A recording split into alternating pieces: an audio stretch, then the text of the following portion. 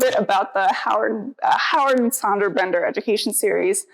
This is the newest addition to our slate of existing educational programs with the Maryland Horse Foundation.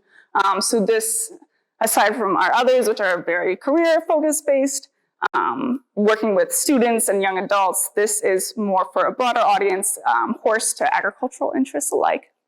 So we've partnered up with the University of Maryland Extension this year for a set of 4 seminars over the course of the year. Our first one with pasture management, and then we have future ones planned for alternative agricultural enterprises and the whatnot. So all of these sessions are being recorded and will be available online on our YouTube and marylandhorse.com for public use. And we'll also, with the exception of this one, be doing live webinars with the future ones as well. So I'd like to give some big thank yous first to the Bender Family Foundation, whose contribution made this whole thing possible, as well as University of Maryland Extension, Jen Reynolds, Dr. Amy Burk, who have been instrumental in putting all this together, our speakers, Dr. Amanda Grev and Amy Burk, and then you all for coming for this inaugural event. So a little housekeeping, we do have a sign-in sheet over there. So once we hit the break, if you guys wouldn't mind signing in, adding your county, just so we can collect some information. But without further ado, I'd like to introduce Dr. Amy Burk. She is a professor and the coordinator of the Equine Science Studies program at the Animal and Avian Sciences Department at U of D. She's given over 100 invited talks on equine nutrition, pasture management, equine health at local, regional, and national levels. Her novel 5.5 acre equine rotational grazing demonstration site has been used to educate over 900 members of the horse industry. Dr. Burk has received national awards for her work in educating the horse and owning public, including Educator of the Year from the Equine Science Society. She sits on the boards of the National Association of Equine Affiliated Academics, Equine Science Society, Maryland Horse Industry Board, and our own Maryland Horse Breeders Association. So, Dr. Amy Burk. I just want to thank Becky, so back at you. Becky reached out to me a while ago about getting something started with the seminar series and told me about the Bender Foundation and what they were trying to do to bring educational events here to this beautiful library. So I kind of was like, can we partner with you? This is really cool. So thank you very much for having me out. Yeah. I appreciate it. The bio that she read kind of is more on the formal side. So I'll tell you a little bit about me. I'm a Maryland born and raised, barn rat type of. Yeah, I'm a Maryland bred. Grew up in Anne Arundel County. Unfortunately was educated in Virginia. Went to school at James Madison University and got my master's and PhD at Virginia Tech. So go Hokies. So one of the cool things about Virginia Tech was when we were graduate students, we were studying equine nutrition, and they had a 420-acre thoroughbred breeding farm in Middleburg, which they still have.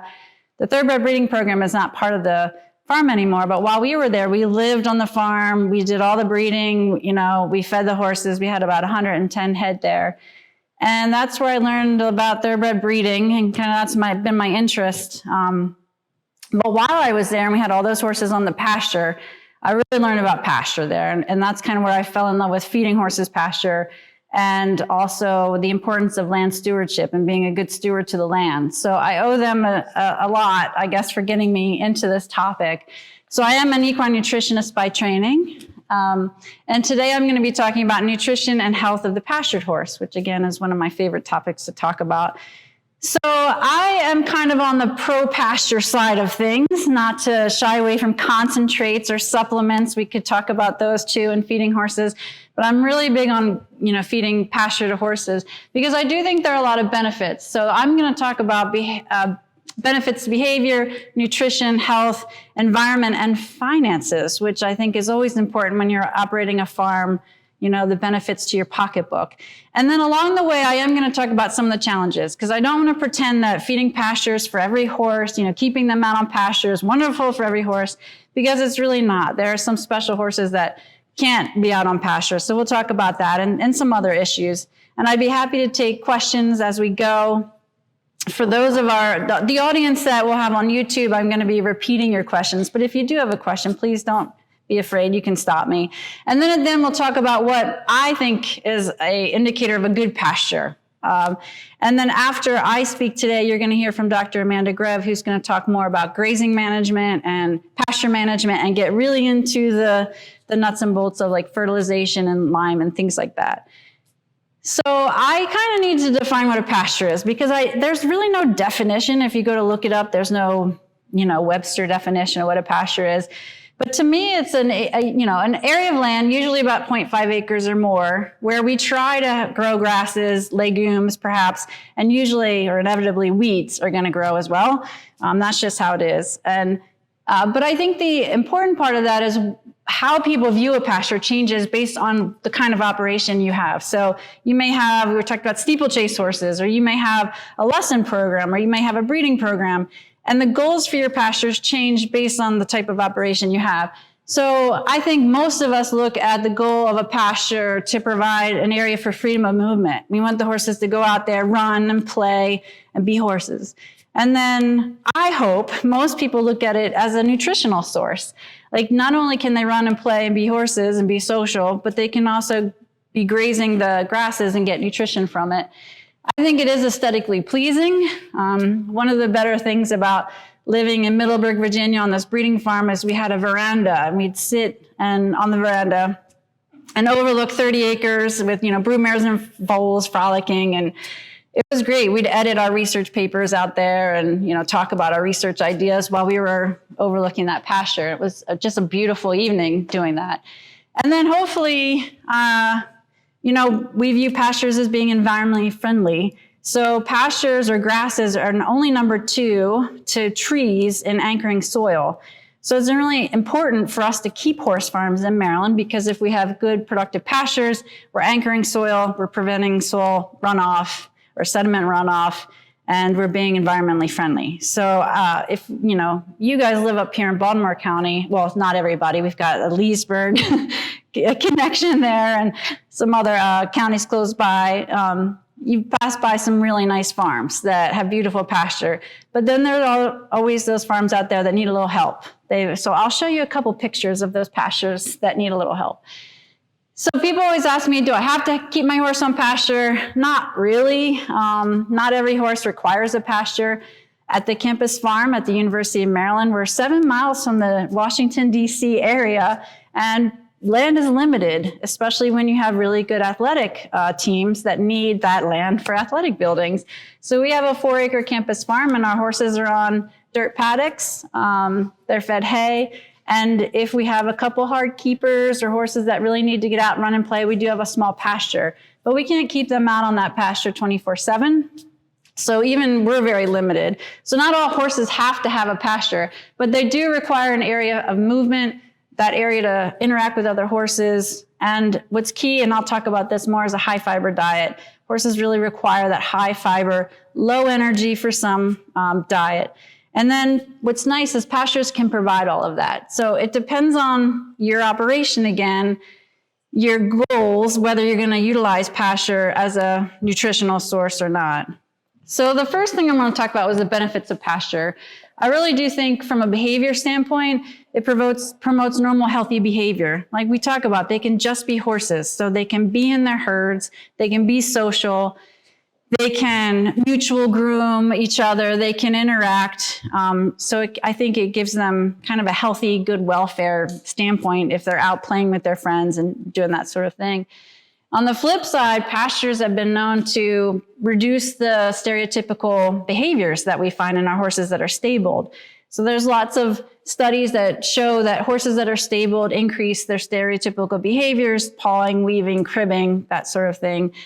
And I just pulled out one study, although there's lots of studies where pasture weaned foals were less likely to develop stereotypical behaviors compared to stall weaned foals. How many of you all in the audience wean foals? A couple of you guys. Yeah. How many have you weaned to stalls? Not very many, I don't think. I've done it both ways, but I prefer to do them in the field. Yeah. Again, it depends on your operation, what pastures you have, what kind of barn you have available, how you wean. But if you can keep the weaned foals out on pasture, it's been shown to reduce those stereotypical behaviors. There's also other studies that are health related, like pastures reduce the incidence of chronic obstructive pulmonary disease, or HEAVS, which this study was done in 1985, and now we call it equine asthma. That's kind of the catch-all for that type of term. But, it helps horses that have those allergies to dust and molds and things by keeping them out of the stable. And it also helps prevent reduction in bone density. So there are some studies that show that the minute you take a horse from a pasture and put it in a stall, say for an injury, it starts to lose bone density. So if you can keep your horses out on pasture, especially those young growing horses, they're going to have a higher bone density than the ones that are in 12 hours out, for 12 hours, which is a popular type of management for lesson barns and show barns. Right now they're in during the day, out at night, but if they could be out on pasture, it might help their bone density. And then pastures also help reduce the likelihood of colic. Most likely movement is involved in that. If you're moving, there's going to be less incidences of colic or stomach upset. And then the high fiber diet. Keeping their stomachs full of fiber is a really good way to buffer the acid that's in their stomach and keep things moving through the digestive tract.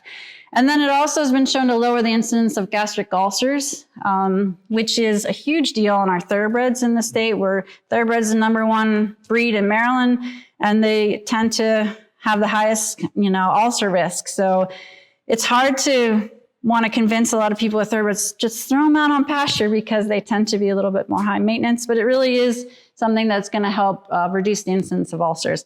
Partly because, again, high fiber, buffering the acids in the gut, and reducing that erosion of the stomach lining. So nutritional benefits. This is something I have to teach people a lot, because a lot of people look at pastures as just an exercise lot. But I'm like, no. If you really grow pasture and put some legumes in there, you can feed horses with it. So it's a really good source of nutrition. I'll show you some data on that. And it promotes normal, healthy gut function. You'll hear me talk about high fiber a lot, but fiber is really important for a horse's normal gut function. And does anyone know how much fiber or how much hay, let's just say forage in general, what percentage of their body weight should be fed to them in forage each day? Does anybody know? Anybody want to guess? Christy wants to guess. Yeah, I know it's a lot. I was going to say 60 to 70%. 60% of their total diet should be forage, and that's healthy. Yeah. No problem. You can get down to 50%, like 50% forage, 50% concentrate for some of your really active horses, but then you're running the risk of colic again. So we always say like about 1.5% of their body weight, even up to 2% of their body weight should be forage. That horse right there, his name was Mooney. He was a thoroughbred on one of my research studies for my PhD. And when we let these horses eat pasture, and we use markers and all kinds of fun stuff for research. But we found that on average, they would eat about 3% of their body weight when they were just allowed to eat. That's a lot. It's usually closer to 2%, but in some of the literature, ponies, if you just let them go out and graze, they eat about 5% of their body weight, which kind of explains the obesity problem we have in ponies and why a lot of our ponies are muzzled these days to really control intake. So just to harp on the high fiber diet. So horses evolved as grazing animals. The horses in the picture are a little misleading because they're thoroughbred brood mares. They're out on a pasture that is improved. The grasses are improved. They're very high energy, high in vitamins and minerals. They did not evolve on a pasture like that. And that's what we have them on today. What they evolved on is very low energy, low nutritional value pastures, out in the plains, where they graze for hours and hours a day. So if you allow them to, they'll graze for about 14 to 18 hours a day, which is kind of a problem with some of these overweight horses. They'll consume about 1.5 to 3% of their body weight, and they'll cover a lot of miles, which is actually really important for keeping the weight off, is that they have the space that they can graze a little bit, nibble, move around, rest, that kind of thing. So again, they need a good amount of forage in their diet. 1.5 to 2% of their body weight should be forage. So there's some studies that have done more case studies with veterinarians that find that the risk of colic goes up when you reduce that fiber concentration less than 1% of their body weight. All right, so not that there's going to be a quiz on numbers or anything for nutrition, But there's a lab called Equi-Analytical Laboratory, and you can send your pasture samples to them if you want to see what the nutritional value is. You can send hay samples to them. You can send feed. And they provide a lab, like a database where you can see what the average concentration of nutrients are in the pasture. So I always have to teach my students, like, there's protein in pasture, for real. Like, there's carbohydrates. NDF is a fancy lab term called neutral detergent fiber. It's just how they calculate it. But 60% roughly of that pasture in that picture is fiber, which is so important for the horses. There are also things like sugar and starch, though, the non-fiber component. That's where we get into trouble with overweight horses and horses prone to laminitis, or horses with Cushing's that can't be on pastures because the sugar and starch content is too high and it'll trigger a laminitic event. And then fat, pretty low in pastures. If we're gonna feed pasture to, a mare in late gestation or an exercising horse, we're usually going to supplement fat in a concentrate because fat's a great energy source. So you don't get a lot of fat from pastures, but it's also a good source of vitamins and minerals. I just pulled out a couple minerals there. We tend to worry about calcium and phosphorus a lot. We want to make sure our pastures are have good concentrations of calcium and phosphorus for strong bone. And then I also look at the digestible energy when I'm feeding horses, just because I want to know what the quality of the pasture is. That pasture there is a picture from the yearlings when I lived out in Middleburg. That's actually from the veranda, I think. That was my view, which was really terrible view. But that's a summer pasture, and that pasture was primarily bluegrass and white clover with a little bit of orchard grass. And it's droughty, it's yellow, kind of like what we're experiencing now with the lack of rain and the summer temperatures cranking up. So it wasn't providing a great source of nutrition during the summer slump. So pasture can be tough. And one of the challenges of feeding pasture is we have seasons here. We have 4 distinct seasons.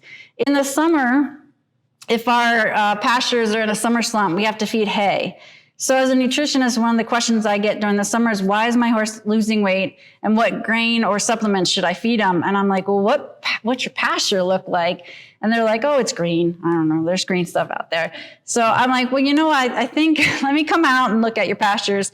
And usually their pasture isn't really producing enough to feed the horses, and that's why they're losing weight. It's not the grain and the supplements.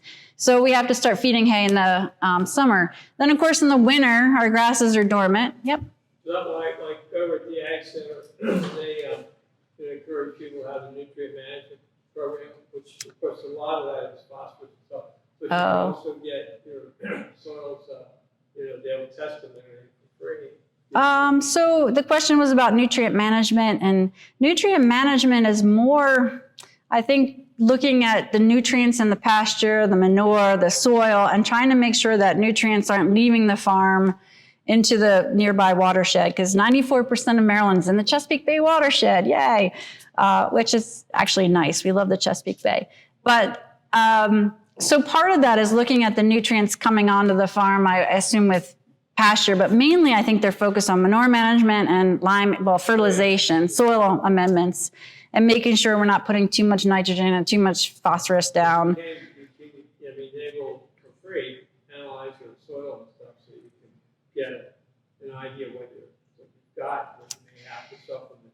You bring up a good point. One of which Dr. Grev will touch on, soil is what feeds the grasses, and grasses are what feed the horses. So you absolutely have to know what your soil fertility is like if you want to grow good grass. So she's going to talk about that tonight. So you let in very well to her talk. I'm just getting back to the challenges. It's really hard to feed or utilize pasture year round because we have the 4 seasons. Fall and spring are great, when it rains and there's a lot of grass growth. The problem with that is just laminitis. Some of our horses do experience laminitis when you get the lush grasses coming on. And then within day variation, I'm talking to a group probably that deals mostly with light breeds. How many of you are thoroughbred owners? Quite a few. Any other breeds? What breed do you primarily work with, ma'am? Arabians. Okay.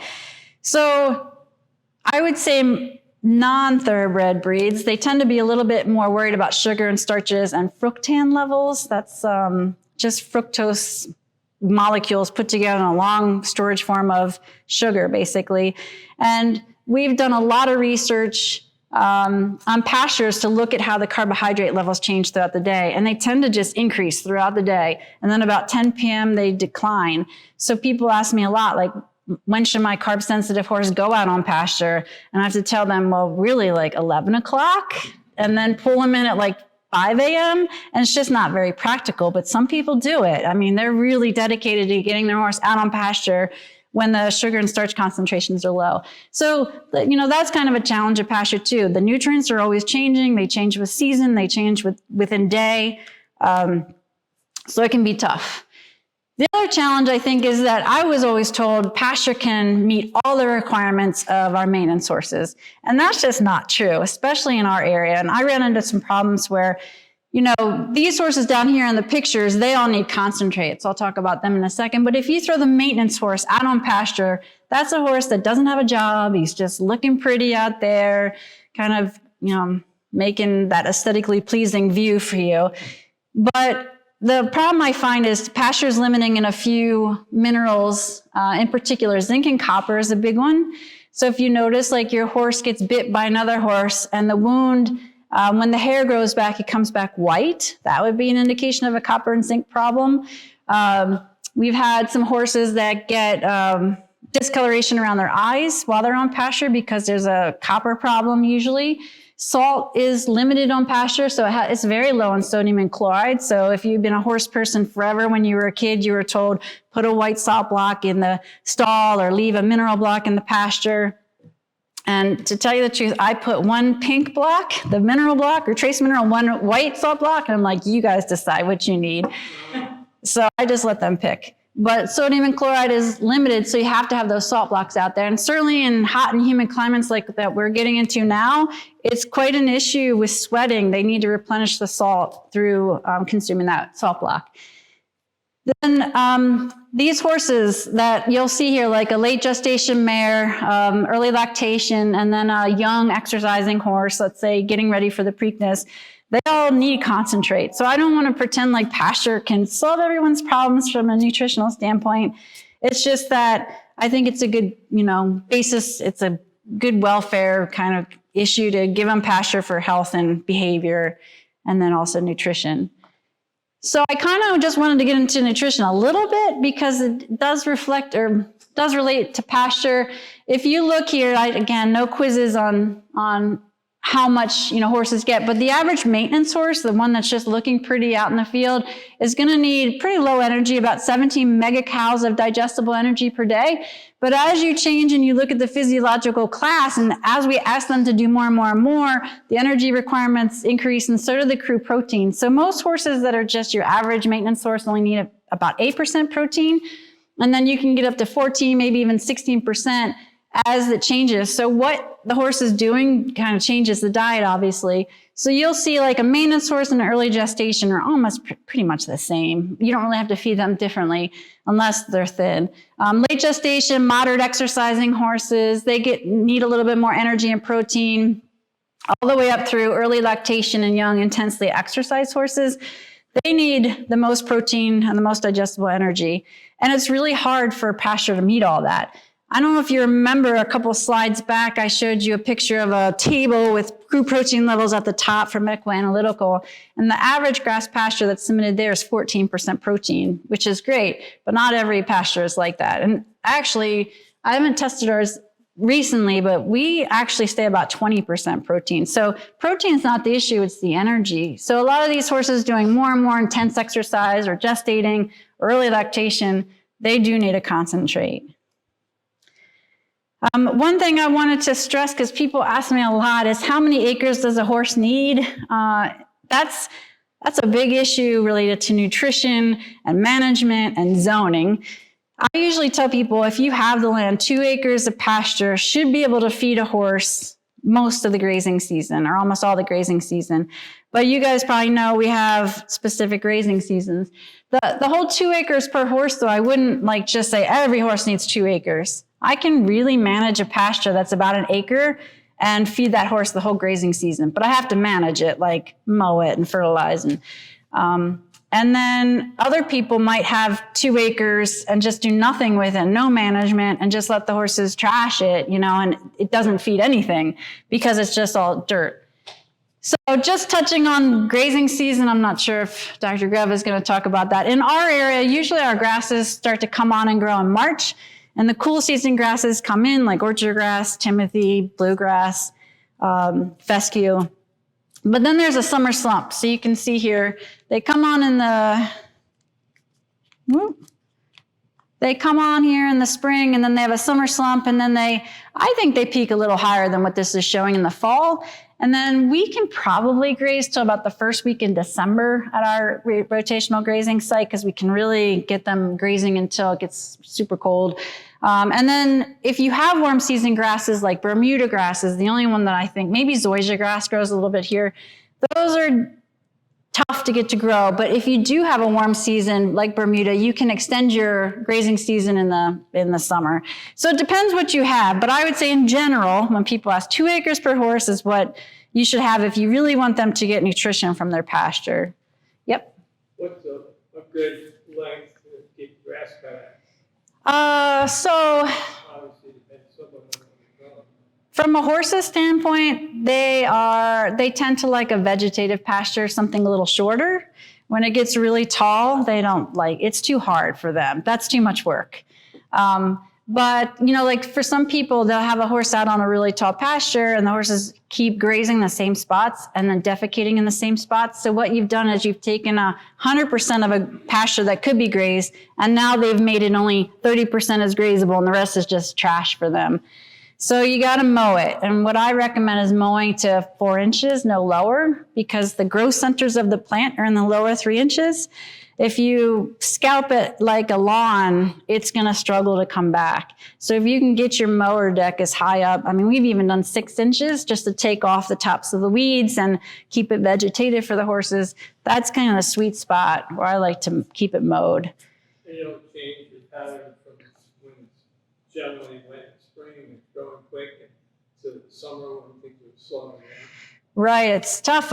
People ask, the question was about the different variations in growth throughout the seasons.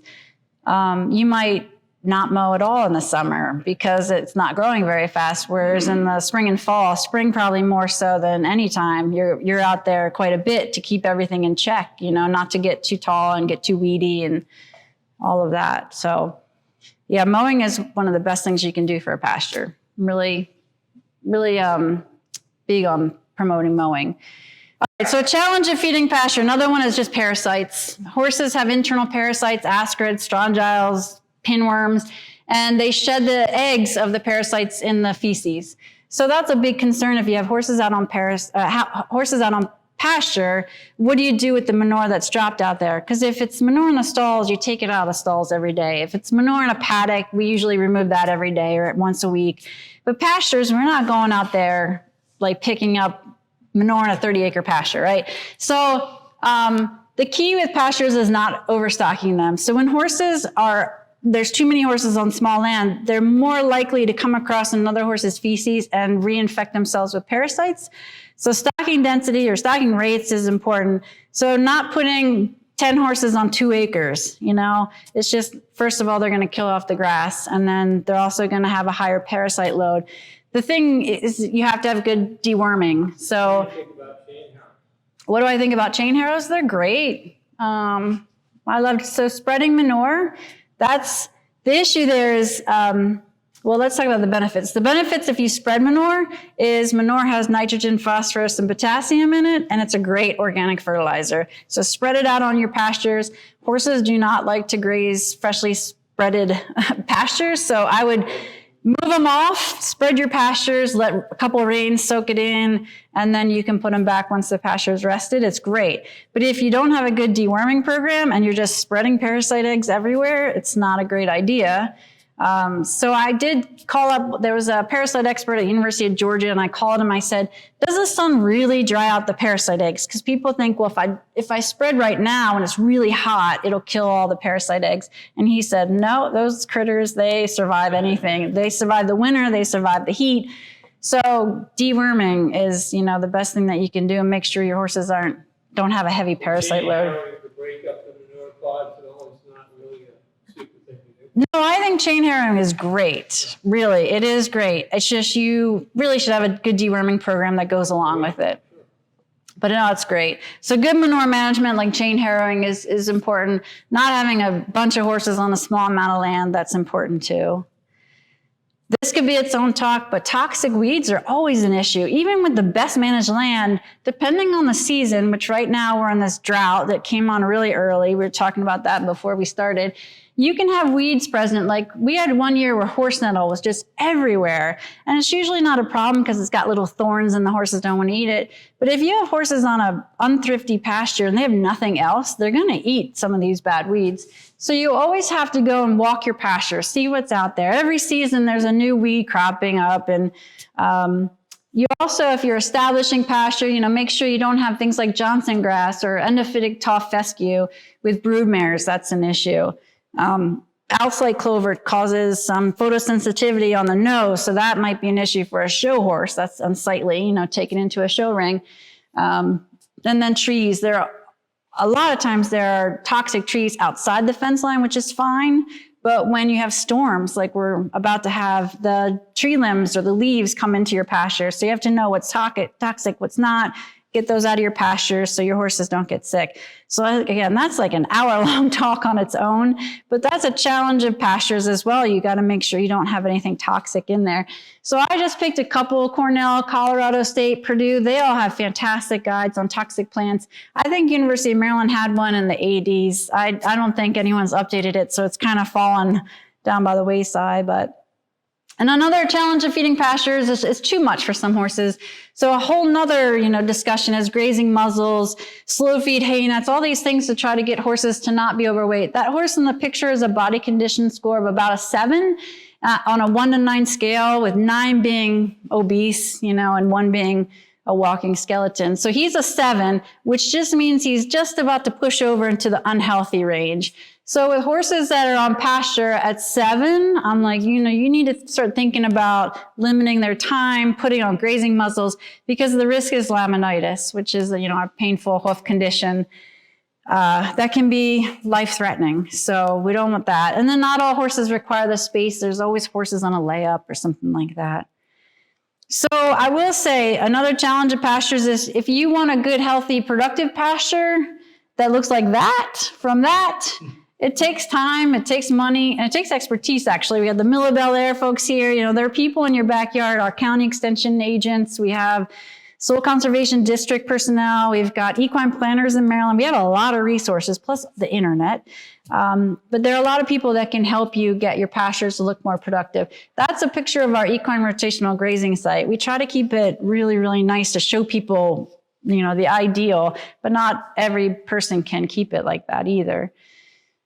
Horses are really tough on the pastures. That's one problem that we have. It's another challenge. They're really big, heavy-bodied horses with pancake-sized feet that have, several hundred pounds on each foot, just tearing up our grasses. So I have a picture of mud in the middle there. But if you leave a horse out on a really rainy day or rainy week, they're going to tear up your pastures. They're just, that's what they do. They defecate in certain areas. I call them bathroom areas, where they decide, this is my bathroom area and I'll eat over here. But then they start spreading the bathroom areas, and you have to manage it through spreading and that sort of thing. And then overgrazing, that's the big one that I'm sure Dr. Grev will talk about. When they graze, the pasture grass is so low that the grasses are really compromised. They can't grow anymore, they die off, and then there's bare soil. And that's the issue, I think, with horse farms, is not so much like over-fertilizing or using too much herbicide or anything like that. It's soil erosion, having the sediment run off. So the picture on the left is a farm in Montgomery County. They had so much soil erosion that it went into like a catch basin or something, and then it overflowed into a stream. The EPA was called out. Nobody got in trouble, but we had to teach them that putting 25 horses on 5 acres 24/7 wasn't good for the land. And it actually turned out they had tons of property, tons of land, so we did a little rotational grazing with them. But that is a watering heavy use pad and concrete with the water there, and it's, eroded several feet down. Got some toxic weeds in there. And then also, eroding around fence lines. run-in sheds, hay feeders, that's just a big problem for us because horses are so heavy, they compact the land, they kill off the vegetation.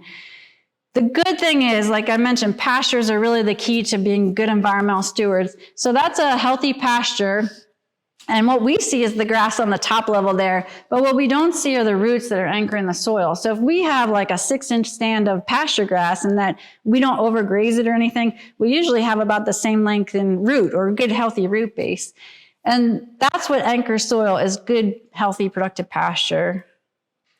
So, we talk about vegetative cover. What are the goals? What do you want? Well, this is about 30% vegetative cover, meaning if you actually did some basic assessments, you'd tell that 70% of this area is in soil and only 30% is in vegetation. And that could include the weeds too.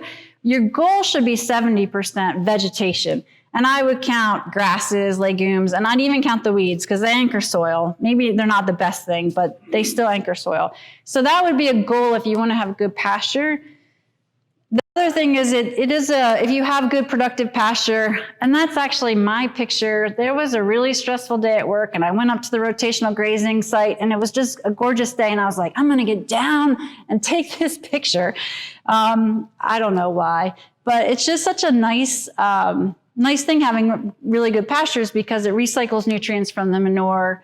It's just good for the watershed. In fact, it filters the nutrients so it doesn't run off into the watershed. So a colleague of mine,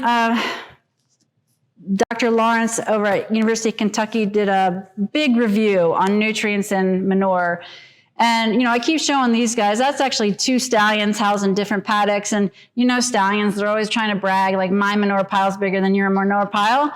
So I don't know, but that just shows manure.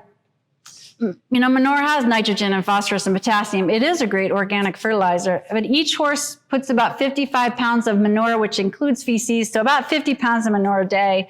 And you have to manage that. And, you mentioned nutrient management plans. That's a thing in Maryland. I don't know if Dr. Grev's going to talk about it, but if you have a certain number of animal units or you have you gross a certain amount on your farm, you have to have a nutrient management plan.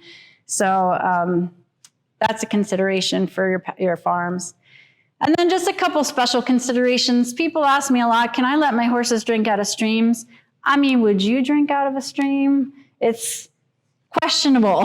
It's it's an area that hasn't been tested for water quality. Potomac horse fever is in this area. It's carried by freshwater snails. So that's, you don't want the bacteria getting into your horse.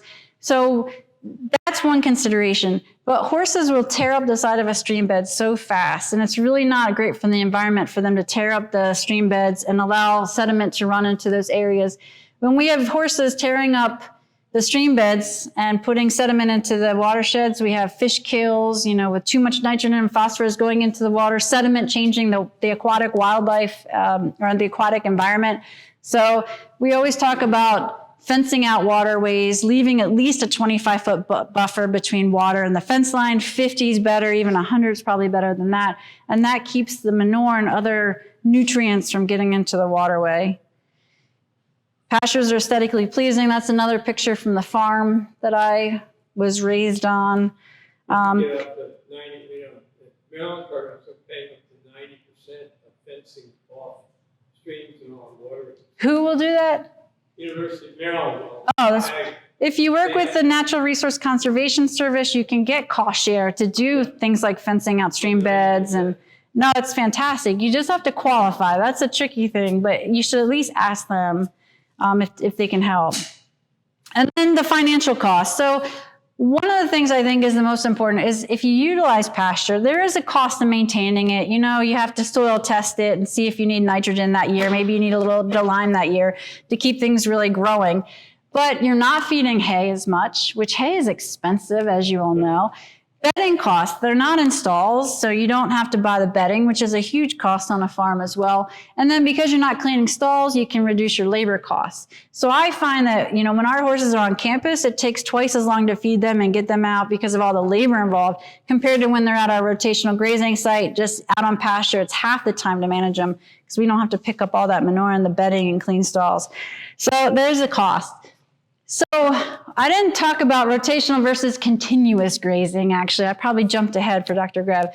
But we have this rotational grazing demonstration site, and it's just a really good area to produce pasture, right? So I wanted to see if I compare rotational grazing versus just allowing the horses to go out there and overgraze and kind of not really use pasture as a nutritional source, how much would it save me in using a rotational system? So these are just kind of averages. So on a rotational grazing system, really productive pasture where the horses are moving and rotating through that system based on grass growth and whether it's raining or not, I fed 92 days I had to feed hay, which is actually a lot. But if you think winter, you got to feed hay, rainy days, you have to feed hay because they're not out on pasture, versus a continuously grazed pasture. If it's not that productive, you got to feed hay every day. So I put it into numbers of bales offered. I just assumed, let's say this was for 4 horses and they each ate about half a bale a day. The rotational field, I fed about 197 actual bales, I counted, versus a continuous system, you know, if you just times that by 2, so about 730 bales. I put the cost of hay, it depends on who you get it from and what it is, you know, but $8 a bale. So it cost me about $1,500, $1,600 to feed the horses the hay on the rotational site, which is really productive. I can manage it really well, versus a continuously grazed pasture that's not productive and they've overgrazed it and the grasses have died. It's a little bit more expensive. So I think if there's a financial value to feeding horses pasture, and you can save a lot of money in hay. And then I'll just finish with qualities of good pasture. If you have a good pasture, 1 acre per horse, 2 acres is ideal. Know the good, know your soil fertility, which Dr. Grev will talk about. Put the appropriate grass and legume species in. And that particular shot, that is tall fescue, but it's a novel endophyte friendly max Q tall fescue, white clover, and a little bit of bluegrass. So we try to avoid the pasture grasses that aren't healthy for horses. Trying to maintain 70% vegetative cover. That pasture is pretty dense, and it fed the horses. That's the rotational grazing site where we can feed 4 horses, and they have 1.8 acres per horse. We don't want to have toxic plants out there, so you try to manage a good pasture well.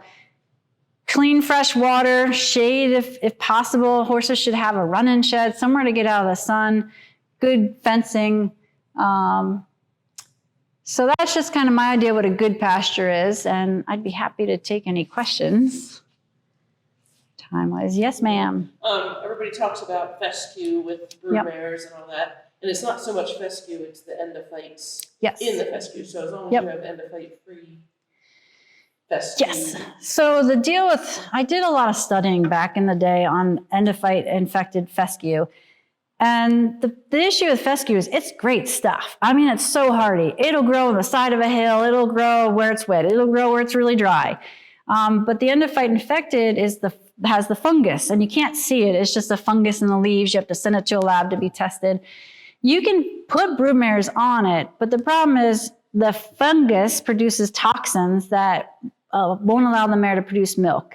And they'll hold on to their foals longer and longer and longer. The foals get bigger and bigger and bigger. The placentas get thicker and thicker and thicker. It's just a disaster at foaling.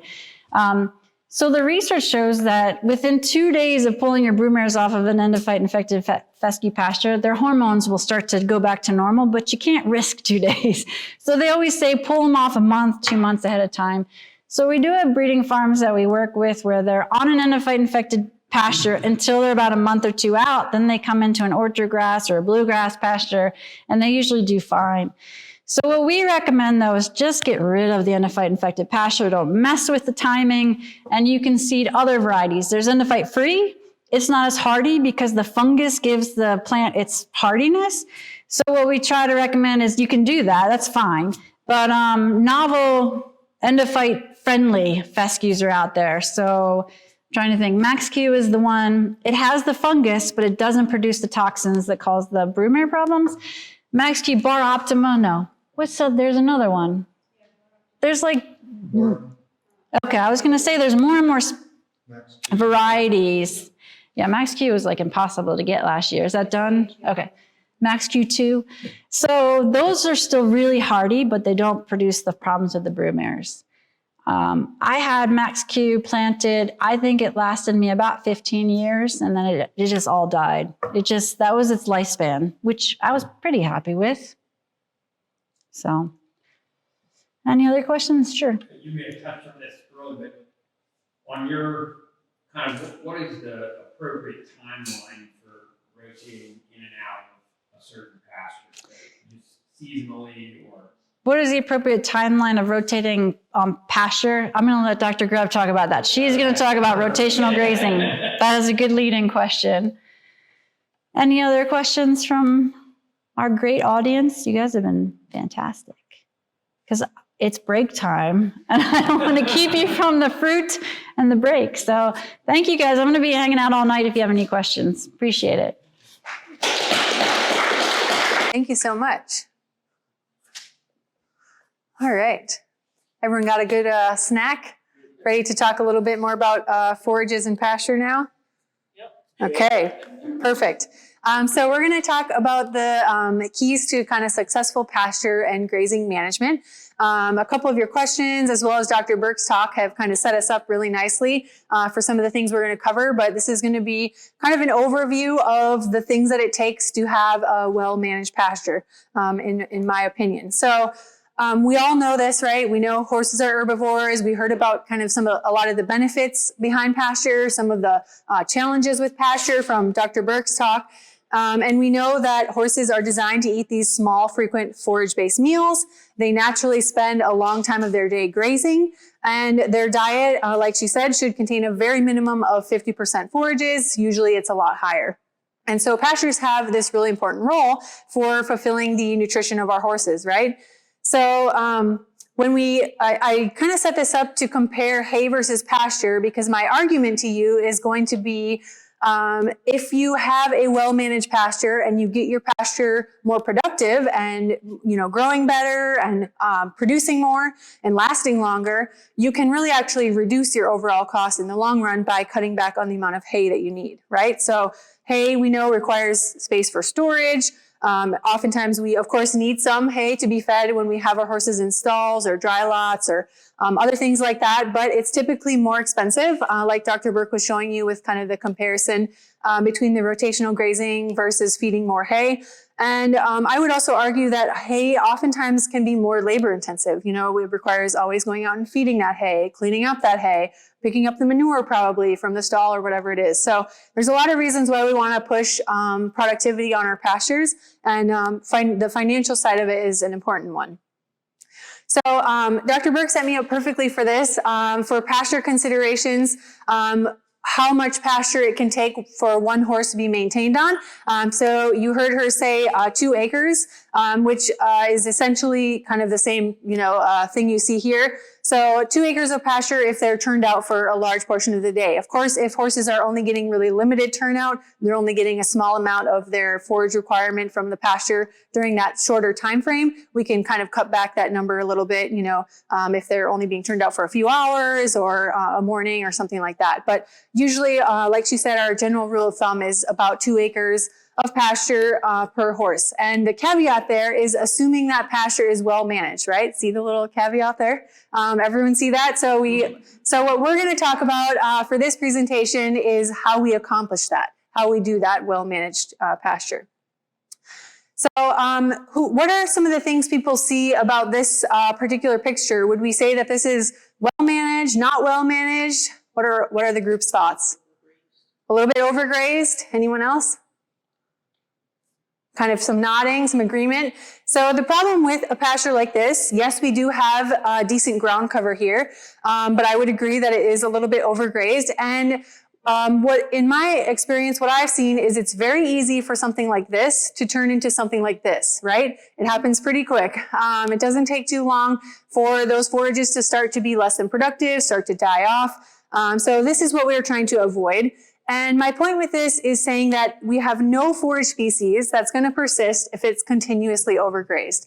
I wish there was. I would probably be out of a job. I'd be on a beach somewhere relaxing. But we don't have any forage species that are going to last. So we need to be managing our pastures well. And of course, If we're overgrazing and we're constantly having to reseed, that could be a strategy, but that seed also costs money, right? So especially for perennial forages, we want to kind of work on maintaining the longevity of that stand. So some of the benefits of good pasture management: maintaining the integrity, improving the longevity, reducing soil erosion, increasing productivity, forage quality. Bottom line, good pasture requires good management. So for the rest of this presentation, I kind of broke things up into 6 major categories of what I consider kind of the 6 main steps, or the 6 essential things to maintaining a well-managed pasture. The first is soil fertility. So we kind of touched a little bit on this earlier as being the basis behind a good pasture, right? So we like to look at our horses, right? When we go out to the pasture, we see them grazing. It's a beautiful picture. We like to look at how the horses are doing, the body condition of the horses, the nutrition of the horses. And we soon learned that that is heavily dependent on what they're consuming, of course, right? So we started to look at the forages. We started to look at how the pasture is, what's growing in the pasture. But I would argue that we also need to take it one step further and not only look at the forages, but also the soil as well, because those are what's feeding the plants, which are in turn feeding the horse. So healthy pastures are going to start with a healthy soil. So how do we accomplish that? So this is just to kind of illustrate the critical role of soil fertility. And I realize that this example and a couple other ones I have are with beef cows, but regardless of the livestock species, I think these are some good examples or some good illustrations of kind of some main points. So there was some interesting work in West Virginia that was comparing basically the total biomass of what happens above ground. So in this case, it was a beef animal grazing, and then of course the pasture biomass, the forage dry matter, and that's what you see here. And then it was comparing that biomass in pounds per acre to what's happening below ground. And there's a lot happening below the soil surface there. A lot of it which we don't even completely fully understand yet, right? So we have roots, bacteria, fungi, algae, protozoa, earthworms, all those different things. And if you actually total it up, it's about, I think it's like 4.5 or so times greater, the biomass below the soil surface versus above the soil surface. So there's a lot going on down there. So we know that soil fertility is important for a number of things, right? So when we're establishing new pastures, it's important. For root growth, we need good, healthy roots on our plants to keep them thriving. Helps with nutrient uptake. In turn, that helps our forages produce and yield more. It can help us reduce some weed pressure, maintain our stand vigor over time, and then make our forages a little more resilient to things like drought or disease or insect pressures, etc. So one of the first things we like to look at when we think about soil fertility in a pasture is pH. So we know that soil pH basically affects all of our other minerals. So if you see in this figure, we have a more acidic soil over here, a 5.0, and then a more alkaline soil up here. And here 7 in the middle is neutral, pH 7 is neutral. And each of the black bars that you see here represents the availability of those nutrients at those different pHs. So you can see here where it gets skinnier, that means the nutrient is less available. So it may still be present in the soil, but is less available to the plant to be uptaken by the plant. So the important concept here is that in an acidic soil or under more acidic conditions, a lot of our key nutrients become less available, right? Things like phosphorus, potassium, calcium, magnesium, those essential nutrients that the plant needs, even if they're present in the soil, they become less available to the plants for uptake at a more acidic soil. And on the flip side of that, some of the nutrients that we might not want to be more available, things like aluminum, which can cause toxicity issues for plants, or iron, those become more available at a more acidic soil. So our goal is to kind of keep our soil pH in that optimum range, which for most of our forage species is somewhere between kind of a 6 and a 7. So just a little bit below neutral is kind of our goal. I see a lot of soil tests that are in like the 5.5, 5.8, 5.9, maybe a 6.0 range. So that's pretty normal. So we're shooting for kind of that 6 to 7 range for most forages. I mentioned root growth and root development. So not only does acidic conditions reduce availability of nutrients, it also reduces root growth and development. So here you can see some different plant roots that were grown under these different pH levels. So pH of 6.5, so that's within that kind of ideal range, versus these two, which are a little bit more acidic. And you can see, of course, we have a lot less root growth happening under those more acidic conditions. So those roots in turn are not going to be able to extract as much nutrients, as much water from the soil. We're going to have probably less mineralization of nitrogen, less nitrogen fixation with our legume species, etc. So the pH is definitely one of the first things we want to look at. It's not, of course, the only thing we're going to look at. We could spend a whole hour talking about soil fertility and different nutrients, and we don't, unfortunately, have time for that today. But I just wanted to, throw out there that taking our soil tests are going to quantify what nutrients are present in our soil. It's going to provide us with kind of like a baseline data, so we know what nutrients are adequate, which ones are lacking. We can identify any potential deficiencies. These are a lot of the essential nutrients for forages. We have some macronutrients, which are needed in higher quantities. We also have micronutrients, which are needed in lower quantities. The big three, of course, that we usually talk about in terms of soil fertility is N, P, and K, or nitrogen, phosphorus, and potassium, usually because those are the ones required in the highest quantity, and they usually are the ones that tend to become the most limiting. So we focus on those usually the most, but there are other ones to look at as well. So bottom line there is without a test, it's a guess, right? So be sure we're taking our soil samples, kind of keeping up to date with that. So I wanted to also talk about soil fertility just really briefly in the context of kind of a nutrient balance or a nutrient cycle. So if we think about our soil fertility as a nutrient cycle or as a balance, we have things going into that system, right? And we also have things coming out of that system. So in terms of soil fertility, inputs might be the natural mineralization process that's always happening in the soil. It could be fertilizer that we're adding, manure that we're adding. We already mentioned earlier how manure was a source of fertilizer, of nutrients. Feed or minerals that we're feeding on pastures can also provide a source of nutrients. And then if we have legumes, of course, they have that ability to fix nitrogen. That can be an input. Outputs, if we're harvesting forage or taking forage away, if we're taking a hay crop off, things like that, that can remove nutrients from the system. Livestock and their products can remove nutrients. And then, of course, we try to minimize losses, but we usually have, a little bit of loss happening in the soil. So the issue becomes when we start having our outputs heavier or outweighing our inputs, essentially what we're doing is actually mining that soil for nutrients, right? We're constantly taking nutrients. And if we never replenish that or get our cycle back in balance, that's where we start to run into some of these fertility issues. So the advantage with pasture is we have a lot more of that cycling happening naturally, right? Versus if we're in a hay production system, for example. So in a hay system, we're actually removing a lot of those nutrients, and usually we're not feeding that hay back on that same field, right? We're hauling it somewhere else, or we're taking it to the barn, feeding it in stalls, purchasing hay from elsewhere. So in a hay production system, we're removing a large percentage of nutrients compared to grazing, where we have what's going into that animal also coming back out the other end, right? So there's more of that natural cycling happening. And again, this is, I apologize, an example in beef cattle, but is some calculations that were done that just kind of illustrates what I'm getting at here. So if we have on an equal basis, so like a 1 acre field, and we were to harvest that field for hay, here's just some numbers. Roughly, we would be removing 150 pounds of N, 22 pounds of P, 155 pounds of K. And if we take that same acre and we look at it under a pasture system instead of a hay production system, where we have that cycling happening, we're actually only removing 16 pounds of N, 5 pounds of P, and 1 pound of K. So you see the difference there, right? So we have an advantage with grazing and with grazing management that we do have some of this cycling happening. The caveat there is our grazing management influences this. And my question there is, how uniformly are those nutrients being redistributed in that pasture? Those livestock are taking nutrients in, right? Consuming the grasses, bringing nutrients in. And where are they depositing those? Have you ever seen a pasture with, tufts of grass that are really bright green, surrounded by kind of lesser, more yellow looking forage? That oftentimes means that here's where a manure pile was probably deposited, right? Or something like that. And so we're getting that surge of nutrients in that little spot.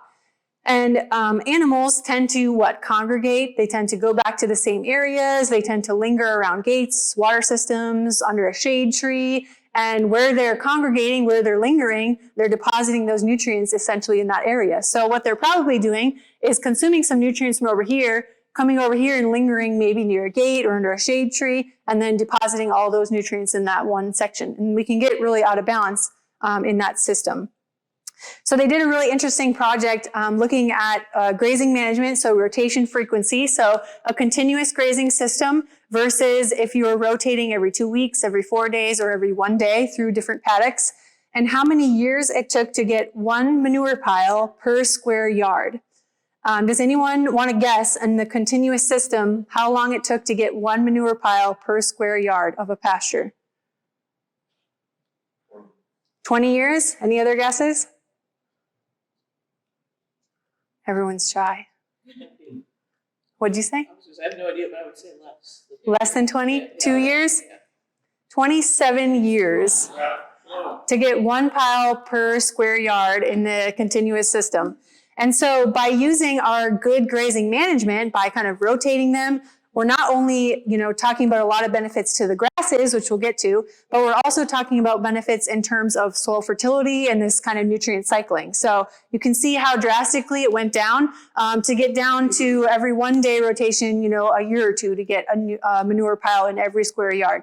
I'm not saying everyone has to be moving their animals every single day to different paddocks. That's kind of a more, intensive system than maybe some of us are looking to do. But just keep that in mind as you're thinking about rotational grazing and moving animals around is how those nutrients are being redistributed. Same thing for hay feeding. So I mentioned that cutting hay is removing a lot of nutrients from that field. And where do those nutrients go? They go where we feed the hay, right? So not only does the hay contain nutrients, but the animals that are consuming that hay and then pooping also contains nutrients, right? So this is just some grid soil sampling. So every circle that you see here was a soil sample that was taken in an equal kind of grid-shaped pattern across this field. This was down in North Carolina at one of their research centers down there.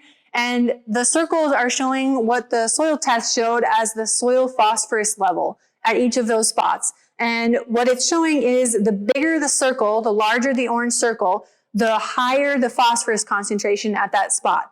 The smaller the circle, the lower the phosphorus concentration at that spot. So who wants to guess where they were feeding hay in this pasture for winter feeding? Right here, right? So you can see where what I'm talking about is all the nutrients out here as those animals were grazing, and then they're being redeposited up here where the gates probably are, where the hay was fed, close to the barn, that kind of thing, right?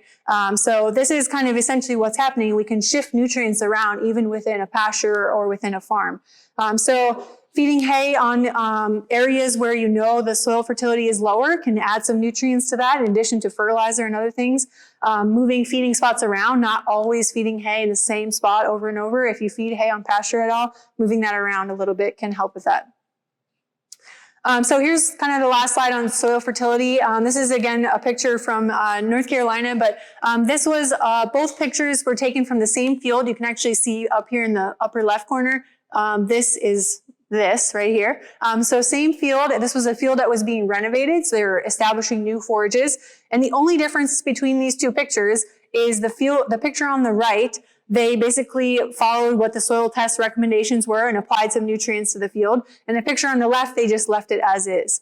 And so if you're spending a ton of money on seed and you're establishing a new pasture or reseeding a pasture, or overseeding a pasture, whatever it is, you obviously want to set yourself up for success, right? So you need to be feeding that forage, providing it with the nutrients it needs. So just like, if we don't have enough protein or energy in our animals' rations, we're going to be limiting on performance. Same thing can be said for our forages. We need to be kind of feeding those properly as well. So keep that in mind. The soil kind of provides the base for that healthy pasture system. All right, enough on soil. That was my soil fertility in a snapshot. So what about other strategies for grazing management or pasture management?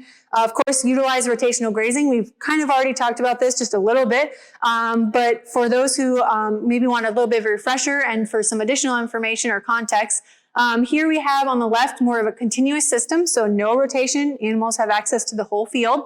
As we move across here, we kind of get a little bit more intensive with our grazing management. So here we've just subdivided it a little bit. Maybe we're doing a once a week rotation, every 10 days rotation, something like that. And here we've gone a little bit more intensive. Maybe we're rotating every day, every couple days. So it's just a sliding scale, right? There's not one answer that's going to be best for all farms. But under the continuous system over here on the left, the animals are going to select what they like the best. They're going to have go to those areas where they prefer, where the forages are the most palatable to them, or the areas that they like the best of the field. We're going to start to see some of those good plants, those more desirable species, start to disappear because they're getting continuously grazed, right? And what we're left with is some of the less preferential species, some of the more undesirable species. And what this does is it really reduces the overall use or utilization of that field. So what this is saying is in a continuous system, on average, the animals are going to use about 30 to 40% of what is actually growing in that field. Because there's areas that they leave, there's areas that they just kind of trample it down, there's areas where they've, gone to the bathroom in and they're not going to graze those areas as well. So we have a lower utilization. If we switch over to one of the more, the rotational grazing side of things, again, regardless of where you are on the scale of simple to intensive, we're essentially controlling the time those animals are spending in a given area, and we're allowing for recovery in the other areas, right? And this is going to kind of make them graze a little bit more evenly, make them graze a little bit more uniformly, even out the manure distribution like we talked about, and even out the grazing pressure. And as a result, we see an increase in the utilization or the total use of the forages in that field. So up to 40 to 55%, and then up to 55 to 70% on average. And so I just kind of wanted to put a few numbers behind this in terms of what does that look like in terms of kind of total production and expenses. So if we have a pasture under each of these conditions, so same size field, with 1 ton per acre of available forage. So the pastures are identical. These are just our different grazing systems. If we use these different utilization scales, so we use those percentages, here's what that would look like in terms of pounds per acre of forage that you have to use, right? That are going to be used. You can see they kind of match up with the 1 ton. I made the math easy. And if we compare those, if we go from the continuous to more of a simple system where we're increasing our utilization a little bit, according to these numbers, we can be up to close to 2 times greater amount of forage available based on just simply adjusting our rotation and using a little bit more of that forage. Same thing if we go from the continuous to more of an intensive one, a little over 2 times greater. So just by changing nothing about the grasses, nothing about the productivity of the pasture, we can just bump up that utilization. Does that make sense to everyone? How do we get closer to 100%? Yeah, so he's asking how you get closer to 100%. When you're getting close to 100% is where you're getting to really intensive, like strip grazing, frontal grazing. You're just giving a few feet every day of additional forage and then kind of really making them clean that up. So that gets to where we're moving several times a day. You're never going to hit exactly 100%. There's always going to be some trampling, some places where they've, gone to the bathroom and they're not going to eat whatever's underneath that. But the more we confine them to a smaller area and make those moves small and more frequent, the more we kind of really force them to almost like act like a little lawnmower moving across the field. So this comes back to kind of the question from earlier of how do you know when to rotate, right? Or how do you know how to work this type of rotational grazing system in? So as forages are growing, we see this increase in total yield or increase in total production, right? They're growing, they're putting out more leaves, they're getting bigger. We have a higher yield as a result. But the inverse of that is we have a reduction in overall quality, right? As those forages are getting bigger and yielding more, we're increasing the fiber content and decreasing kind of the energy and the protein and those kind of things. So we have this inverse relationship. And so our goal is to kind of hit that sweet spot where we're getting good quality forage, but we're also kind of capitalizing on yield. And we're not, just having like tiny little plants out there that aren't yielding much. So they've done a lot of work. I don't expect you to read all of this, but looking at different types of forages and where is that sweet spot for starting grazing or stopping grazing. And if I pull out some of kind of the main ones that we have a lot of in our area, orchard grass, bluegrass, fescue clover, you can see kind of the recommendation for beginning grazing. So it's usually somewhere in that like 8 to 10 inch range, kind of depending on the forage species. So that's kind of where I consider our kind of sweet spot to be. Of course, we're not always going to be hitting exactly that 8 to 10 inch range, right? Forages are growing at different rates at different times of the year. And we have things like the summer slump and lack of production during certain times of the year. But if we kind of follow forage height and what the forage is telling us to do rather than just the calendar, we'll really be a lot more successful. So people always say, well, okay, I'm just going to rotate every 2 weeks or every 3 weeks or every month. And that's great and is a place to start. But in reality, we want to be looking at the grasses and if they're ready to be grazed or not. So once they hit kind of that 8 to 10 inches or higher, go ahead, feel free, move them in. And then once we get down, we'll talk about residual height in a minute, but once we get down to a certain height is when we want to move them off. So how do we tell what that is? Well, we have things like a grazing stick. Anyone ever used a grazing stick before? Anyone seen one of these? The interns raising her hands. So these are just, a useful tool. There's a lot of different things on here. I don't really have a ton of time to go through everything on a grazing stick today, unfortunately, but I will say come to one of the pasture walks. We usually have them. Actually, I have a whole box of these at my office. So if you come to a pasture walk, we usually talk about these and kind of send everybody home with their own. But it does have this nice little ruler grid here. And it also has over here kind of a start grazing, stop grazing heights to use as an indication. If you forget to use your grazing stick or don't bring one with you, I usually have a water bottle or a coffee cup on me, but of course today I don't. Water bottle or coffee cup, if you have it upright, usually they're 8 inches or higher, right? Depending on the size of the cup you choose. And if you lay them on their side, usually they're 3-4 inches, which is kind of what we like, as our minimum residual. So bottle up or higher, you're good. Bottle on the side or lower, stop, right? That's kind of, a simple or even a way to train your eye kind of to think about those different heights. All right, so utilize grazing, allowing for rest is the next one. So this kind of goes hand in hand with rotational grazing, right? We are able to provide the rest because we're rotationally grazing. In the continuous grazing system, oftentimes plants are grazed every 2 to 7 days, which means right as that plant's starting to regrow, put out some new leaf material is when the animals are like, ooh, that's delicious. And I'm going to come and nip that off again, right? And this is detrimental from the plant health side of things because those plants need time to regenerate their carbohydrate reserves. It's like if you were to go out and run a marathon and totally deplete your energy reserves, you need time to rebuild those back, right? Plants need the same thing. So proper rest following grazing will actually allow for quicker plant recovery, which sounds counterintuitive, but it can actually provide more forage in the long run.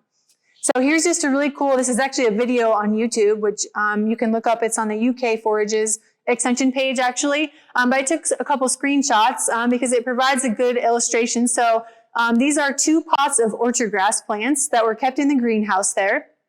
And the only difference between the two is that this one on the left was clipped, hand cut every week down to 1 inch. So that's to simulate more of that continuous grazing system where it's continuously kind of nipped off. And then the one on the right was designed to simulate more of a rotational system. So once a month, they came in and cut it at 3.5 inches.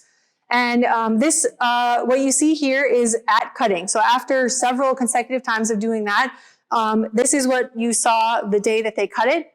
This is what 6 days of regrowth looked like, right? So you talk about the difference in a productive pasture between those two, right? This plant on the right is obviously a lot more healthier. Its roots are probably stronger. It's growing back a lot quicker, and it's going to produce a lot more forage in the long run compared to the one on the left. It's also probably going to live a lot longer, right? Be more resilient when we have drought, lack of rain, all those kind of things. So that's just kind of a visual to show what we're kind of trying to get at with this rotational grazing. In addition to affecting what's going on above ground, allowing for that rest period is also helping with a healthy root system, right? So when we have that repeated grazing, our plants are not able to maintain a good, healthy root system as well as if they were provided that rest period. So that rest period allows those roots to regenerate, redevelop, and it makes that plant more resilient. So here's the same kind of a visual, but here they're all cut to 2 inches. Every week on the left, every 2 weeks in the middle, or every 4 weeks on the right. And you can see not only the difference here above ground in this amount of growth, but also the difference in the amount of roots below ground as well. So like I said, our rotational grazing is what's allowing us to have time for these to rest. So what do we do if our forages are not ready, right? So ideally we have our timing worked out that by the time we finish the last paddock, the next one is ready, but it doesn't quite always work out that way. So sometimes we can use a sacrifice area. This could be like a dry lot. It could also be a certain paddock that you kind of designate as your sacrifice pasture, your one pasture that you're going to kind of sacrifice for the health of the rest of them. And we're gonna, like we said, for timing, it's gonna depend on the weather, the growth conditions, the plant growth, not the time of the year. So at times of the year when the forages are growing really fast and putting out a lot of forage, we probably will rotate a little faster to try to keep up with that. When forages slow down, when we kind of start to enter that summer slump period, growth slows, we usually start to rotate a little bit slower because it's gonna take those forages a little longer to recover. So we're gonna be changing our recovery period depending on the time of year. All right, rest and vegetative. So that was rest. The next one is keeping them vegetative. We've already touched on this a little bit, but just to re-emphasize that forage maturity is really the greatest determination behind nutritional value. So here we have that increase in yield, that increase in maturity. You can see fiber concentration going up, protein, energy concentration, mineral concentrations decreasing as those plants get more mature. So that would look like in terms of what the forage looks like here on the left, kind of more of a vegetative, leafy green versus one that's a little more stemmy. Probably see some seed heads evident over on the right. So that's kind of that maturity spectrum that we're talking about.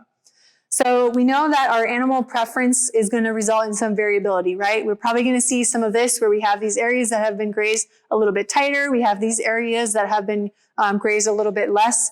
And so we can use mowing or clipping to try to keep these areas a little more vegetative, maybe get rid of some of the weed pressure or things like that. And I definitely think that can be an effective tool. I would also argue that we can use rotational grazing to do that as well, right? So we could put up a little fence right here, right, along this, keep them out of this area where they've been overgrazing, keep them in this area, kind of make them clean that up a little bit more, be a little bit more, use a little bit more of that forage that way. So we should be using kind of all these different tools that we have really to kind of promote that good, even regrowth.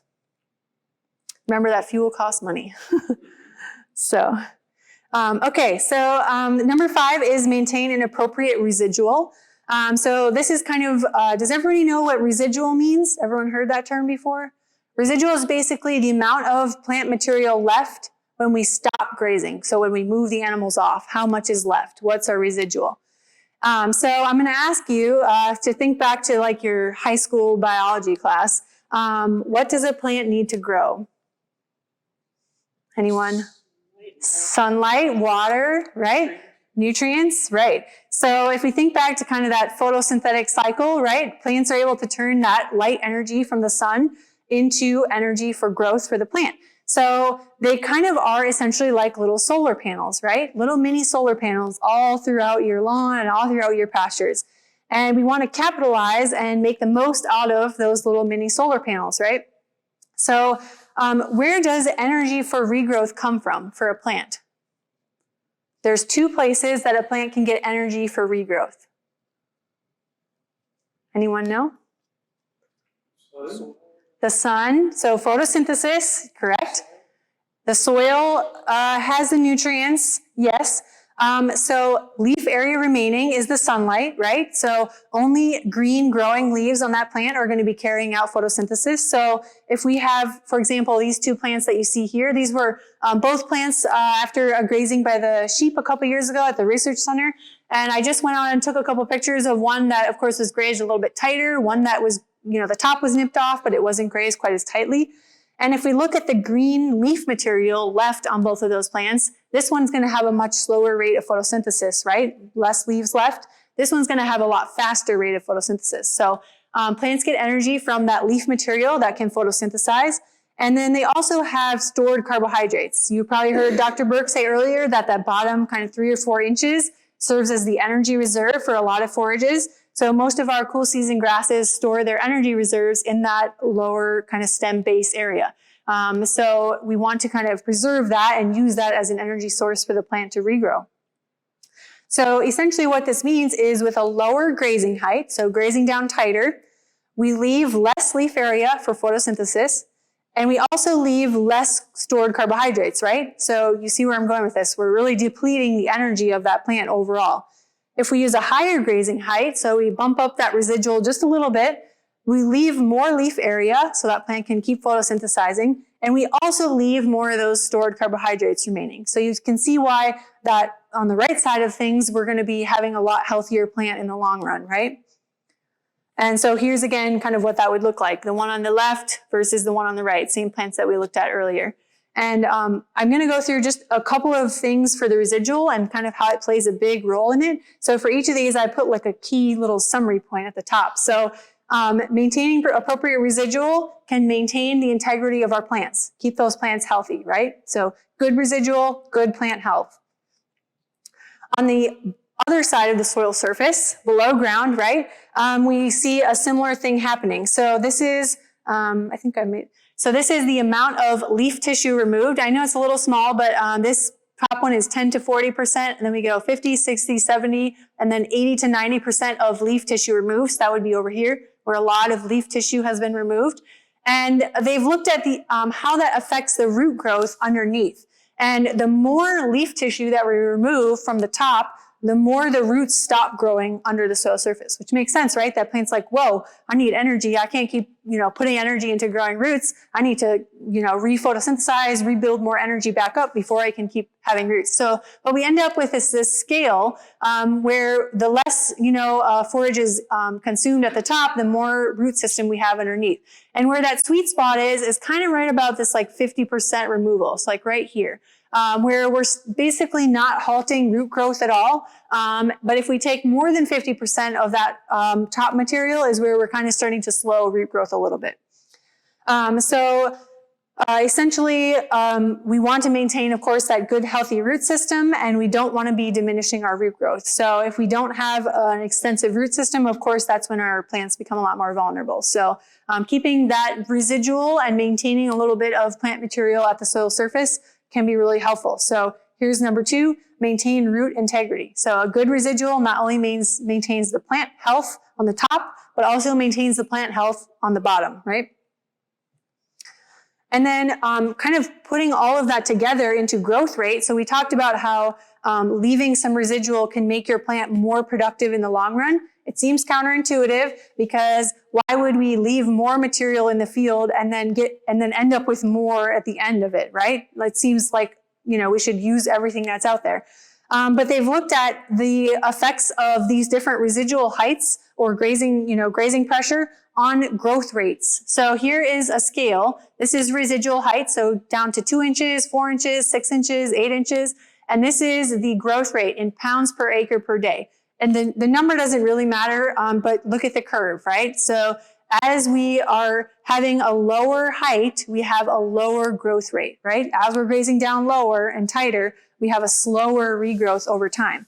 And so if we look at the 2-inch one, we're looking, in this case, somewhere around 35 pounds per acre per day. 4 inches, we're up to 50 pounds per acre per day. If you translate that into kind of total productivity or like season-long productivity, this is the time it takes to regrow to 1 ton. So from grazing stop back to 1 ton of forage. 64 days for the lower height versus only 40 days for the higher height. So that's where you kind of start to see that shift where leaving a little more forage in the field is not necessarily a bad thing. It will help that plant regrow faster and be more productive kind of over time. So that's where some of the sayings like it takes grass to grow grass, take half, leave half, all those kind of generalized sayings kind of are trying to get at this concept a little bit. And again, overgrazing costs money, maybe not initially, but in the long run, we'll see that. So maintaining the appropriate residual will keep those plants growing in the long run or season-long production.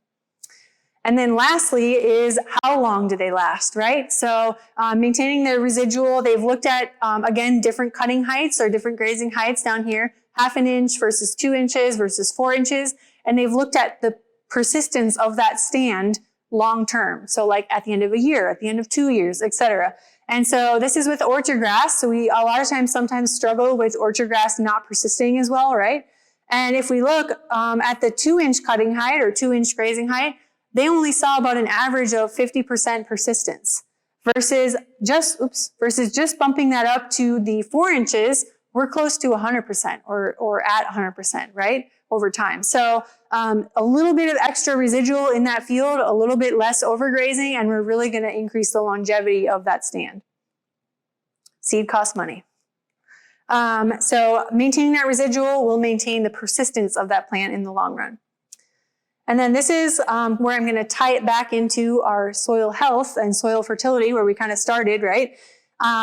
The extra residual, so the extra leaf material that we saw here, is not only good for the plant and for the roots and for the persistence of that plant, but it's also serving to protect this soil surface from rain, right? If you've ever seen like the impact of a raindrop up close, you know, it's like a little tiny mini crater every time a raindrop hits the soil surface. So having that extra leaf tissue there is really protecting that soil, right? Minimizing erosion and other things like that. It's also serving to keep the soil cool. So they've actually looked at temperatures in different pastures with, you know, different grazing heights and different cutting heights, and looked at, you know, microbial activity, how hot the soil surface is, how much water is evaporating from the sun hitting that soil surface. And again, I'm sorry that these are just a little bit small, but this one is showing soil temperature. Both this one is soil temperature, this one is crown temperature, so temperature right at the base of that plant. And the gray bars in both of these are when they were cut to 4.5 inches monthly. The red in the middle is when it was cut to 1 inch every week. So that's that like frequent kind of overgrazing. And then the green on the right is when it was cut to 4.5 inches on a weekly basis. And for both of them, you can see that the greatest temperatures, both at the soil or in the soil and at the base of the plant, was significantly higher where we had that low defoliation height, right? So leaving a little extra leaf material really kept it a lot cooler at both in the soil and at the surface. So better for the plant, also better for all that microbial life in the soil. So maintaining that appropriate residual can help us when we're trying to work to promote soil health as well. So that was a lot about residual. I know it's a very important one. The last one that I'm only going to touch on super briefly is controlling weeds. So we know that a weed is a plant out of place, right? So what might be a weed in one situation might not be a weed in another situation. Depends on the circumstances. But we know that in some cases, weeds are going to compete with our desirable forages for light and nutrients, moisture, space, and they can start to reduce forage yield if they start to crowd out some of our desirable species. And they can reduce quality, especially if we have anything that's potentially toxic or that has, you know, thistles, for example, that the animals aren't going to readily consume. So we want to look out for those. I would ask you, what is the #1 way to eliminate a majority of weed problems? Anyone know? Mowing? Keep it from going to seed. Keep it from going to seed. Both very good strategies.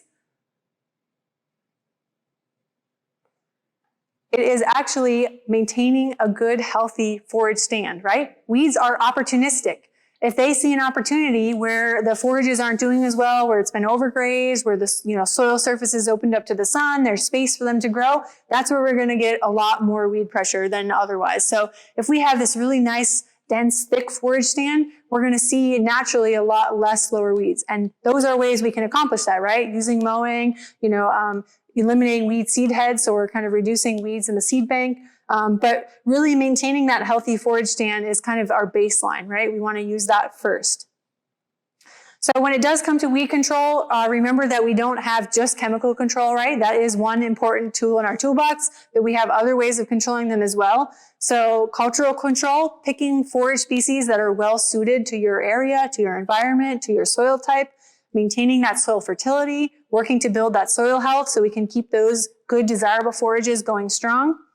Mechanical control, that's where the timely mowing or clipping to suppress weed seed production. Biological control, timed grazing or browsing. If anyone, I don't know if anyone has any multi-species operations, but sometimes other species will consume weeds that, horses or certain animal species aren't going to eat. So maybe we can work a little bit of that in. And then of course we do have chemical control, use of herbicides. Just remember when we're using herbicides that it depends on the weed that we have present, right? So our selection of what herbicide to use and also the best time to apply that herbicide is going to depend on the type of weed that we have present. So there's not really a blanket recommendation. It's really dependent on what we have case by case. So there's my full list. Ensure adequate soil fertility, use rotational grazing, allow for adequate rest, keep the pasture vegetative as much as possible, maximize green leaves or kind of maintain that residual, and control weeds. I know that's kind of a lot and it can seem overwhelming, especially when I'm talking about everyday rotations and things like that. So my advice to people who are kind of, wanting to like start doing a little bit better with grazing management is to start simple, right? Divide your pasture in half. You're automatically doubling the amount of rest that you gave the other half, right? 50% of the time versus 100% of the time. Using, some tools like temporary fencing, electric knitting, things like that. We have a lot of different tools that we can use for kind of implementing some of these. It can be putting up a permanent fence, but it doesn't necessarily have to be. And I would always say, try the temporary stuff first or semi-permanent stuff, figure out where you want your, lines to go and whatever, because otherwise you'll put it in posts and then want to move them, right? It never fails. So yeah, start simple, do things that are feasible to you, that will work for your operation, that you can kind of gradually work up to some of the other stuff if it's going well. So with that, I did put my contact information up there. If anyone wants to follow up, I'm happy to answer some questions now if there are any. And I also threw up, our website and stuff. Like I mentioned earlier, if you want a grazing stick and learning more about those kind of things, we are doing usually monthly pasture walks, kind of at different places throughout the state, different farms. Some are, cattle or sheep. Some are, and we were at a horse farm last month. So I encourage you to come out to the field and Were you up there at Carolyn Farms? I have been at Caroline's before. It wasn't for a pasture walk, it was for filming some videos, but I know they did one just the other week there. Yep. Mm-hmm. Yeah, I unfortunately wasn't able to make it, but yeah, looking for opportunities like that is a great way to kind of see it in practice too. So I had a question maybe for the group and you and Amy. The mechanics of having like a large group of thoroughbred horses and moving them to different parts of a field or a field can be tricky, I would Challenging. think. I mean, yeah, because thoroughbreds are funny about it, Mm-hmm. and new stuff is new, and so I was just curious about you guys who do it. Any advice? You just start small, I guess, is a good Mm-hmm. first step, but Mm-hmm. it seems like, and maybe Arabians and other breeds are as tricky, but I think that, I don't know, it just seems like just a mechanics question, like how you don't want to put 10 mares out in a new field and have them all race around and hurt themselves. Yeah, that can be tricky. So, I guess there's a lot of ways. Do you want me to repeat this? So her question was about the mechanics of moving horses to different areas, and if you have a large group of horses, how to go about that. Well, starting small is one thing, yes, for sure. Also, getting horses used to things before you just throw them into a situation. So say you're going to try to use some temporary fencing and divide a really big field in half. You're not just going to run that fence line down the middle of the field and expect the horses to automatically know what that is and respect it, right? We need a little bit of a training period for them to learn that this is a boundary, a temporary fence. So what we usually like to do is if you have a smaller paddock that has really good perimeter fencing, or if you have like a dry lot area or something, run your temporary fencing just a little bit offset from the edge. So they start to learn, they won't necessarily go through it because the permanent fence is behind them, but they start to learn that that is a new boundary, that they need to respect it. And even with polywire, poly tape, those different types of things, you always want to get them used to using it in that kind of safer situation before you just go dividing your pasture in half. So I would definitely start getting horses used to some of these things, whichever type of fence structure you're getting used to. That, or even sometimes people have large fields where they may cut hay off a field certain times of the year, and switching that up, maybe cut hay off a different field for 1 year if it's possible, or you can use rotation by mixing hay cutting in a different way too. There's a lot of different ways to kind of work towards adapting them a little bit. Okay, thank you. Yeah. I can only just say, our rotational grazing site had 4 thoroughbred geldings, and they would almost wait at the gate knowing this pasture's getting a little short. Like, can you open up this gate? And I'd be like, not till tomorrow, guys. So they really seem to get into the whole rotation part. It became more difficult when we had the broodmares at the rotational grazing site because of they're just, they're getting bred at different times, they're foaling at different times. So there was a crazy part or period where you couldn't really rotationally raise a group of broodmares or broodmares and foals until everyone was just settled. And then they were fine. But introducing the foals and the broodmares sometimes to the fencing was key because the foals had to know it was on. And that, it's a bad day when you're like, walk up to the fence, little guy. Dad, okay, now you know. I liked your way of doing it a little bit better. Yeah. Or I've seen people just cut off a small corner before where like, you take the corner of your dry lot area and you just run a wire like across it. That's a hot wire or hot fence or whatever. And they start to get used to that as being the new edge, and then when they see that in the field, they start to recognize it. And I'm sure this is not true for all horses. There's probably some that are going to prove me wrong. But for the most part, I have seen, I think every breed used with temporary fencing, with somewhat success. The key is, like you said, training them to it. And actually my own horse, he had his permanent fence at times was just a poly wire, and it didn't even have to be on because he knew it was there, he was used to it. I'm sure that's not going to work for all horses. I'm not recommending you run a temporary poly wire as your permanent fence, but that's just, they can learn a lot of the time, so. Yep. Any other questions? Do you have any recommendations for starting a sacrifice lot on a very, very low budget? Yeah, so her question was about starting a sacrifice lot on a low budget. Well, picking the spot, first of all, is important. So, of course, that this is going to be an area that's probably not going to be expected to grow a lot of vegetation, right, if any at all. There's probably recommendations from, like, a drainage standpoint where, you don't want to pick, like, the low spot where water is always going to accumulate because you're going to have a muddy mess. Probably want a relatively flat area if you can, because if we don't have a lot of vegetation growing there, it's going to be one of the areas that's a little more subject to erosion potentially. So somewhere that's flat, well drained. For sizing, there is recommendations out there for a certain number of square feet, like per horse, or if you have a herd of 4 horses, about how much space you should allow them. Of course, it also depends if the horses get along and those kind of things too. But I can't remember off the top of my head what the numbers are as far as like square feet per horse, but I know that those numbers are out there in terms of like sizing. So those would be the first things that come to my mind, and then making sure you have a good, secure fence, a well-established boundary around that. Do you have anything to add? 600 square feet. There you go. What's generally regarded as industry standard for allowing one horse to have 600 square feet in a sacrifice lot. Yep. So 20 by 30 space. Yep. So 600 square feet. Times that by however many horses. Yep. 600 square feet is thank you, Amy, Dr. Burke, for chiming in. Perfect.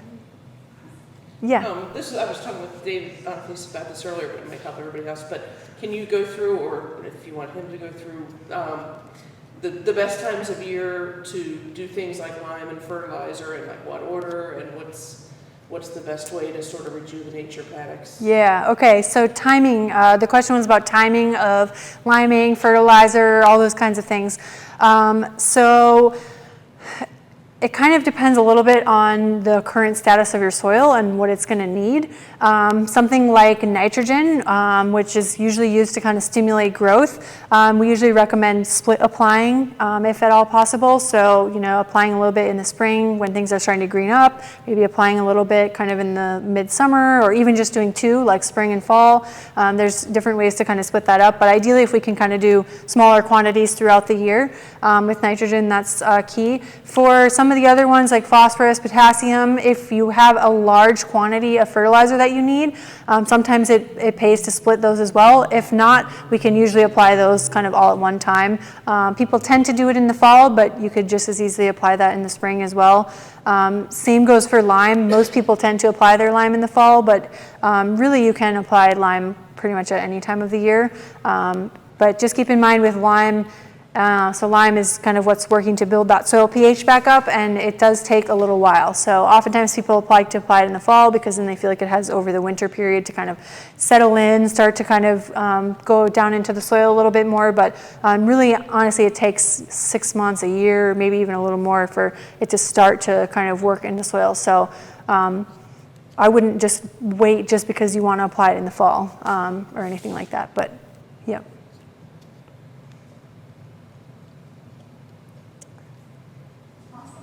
Cool. Thank you guys so much. Yeah.